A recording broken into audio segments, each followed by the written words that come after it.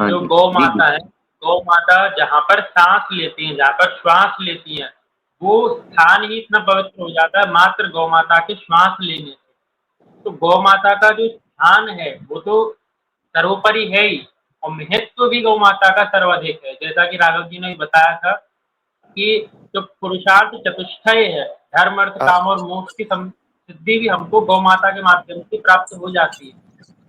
गौ माता के ऊपर जब भगवान श्री कृष्ण को नजर लगती थी किसी की कुदृष्टि लग जाती थी, तो माता यशोदा क्या करती थी, गौ माता की पूंछ लेती और भगवान कृष्ण के ऊपर ऐसे कर देती 2-3 बार, तो भगवान कृष्ण की नजर भी उतर जाती उससे। तो ये भी एक बहुत शर्मा अच्छा जी एक टोटका बात है गौ बोलूं, माता की शर्मा जी पूजा इस पर एक बात और बोलना चाहता हूँ। प्राप्ति है जो भगवान कृष्ण की माता यशोदा करती थी।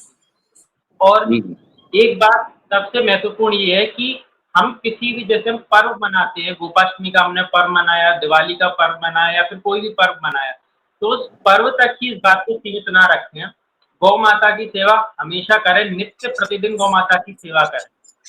और जी अब अब गोपाष्टमी आएगी कल, तो हर व्यक्ति गौ माता को गुड़ खिलाएगा, जिससे कई सारी गौ माता ऐसी हैं जो बीमार भी पड़ जाती हैं अधिक खाने के कारण। तो केवल एक ही दिन उनको गुड़ ना खिलाया जाए, नित्य प्रतिदिन उनकी सेवा की जाए, नित्य प्रतिदिन आप उनको रोटी भी खिलाएं, पहली रोटी तो गाय के लिए निकलती ही है, और गुड़ भी खिलाएं। समय समय के हिसाब से हर उनके लिए खाद्य पदार्थों की आवश्यकता है वो भी खिलाई जाती है। और सबसे महत्वपूर्ण बात ये है कि गौ माता को जो भी बीमारियां होती हैं, वो उन्हीं के शरीर के अंदर ऐसी क्षमता है, उनके मूत्र के अंदर, गोबर के अंदर, दुग्ध के अंदर, कि उन्हीं से जो गौ माता की बीमारियां उनका शमन हो सकता है।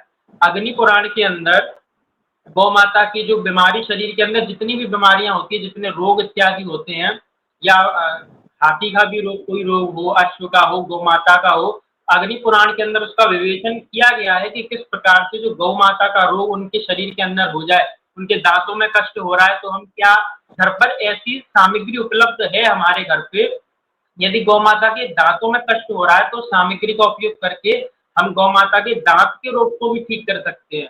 गौ माता के शरीर के ऊपर बाहर रोग हो रहा है, तो ऐसी सामग्री हमारे घर पर ही उपलब्ध है अग्नि पुराण के अनुसार। तो उस सामग्री का उपयोग करके हम गौ माता के रोग को दूर कर सकते हैं।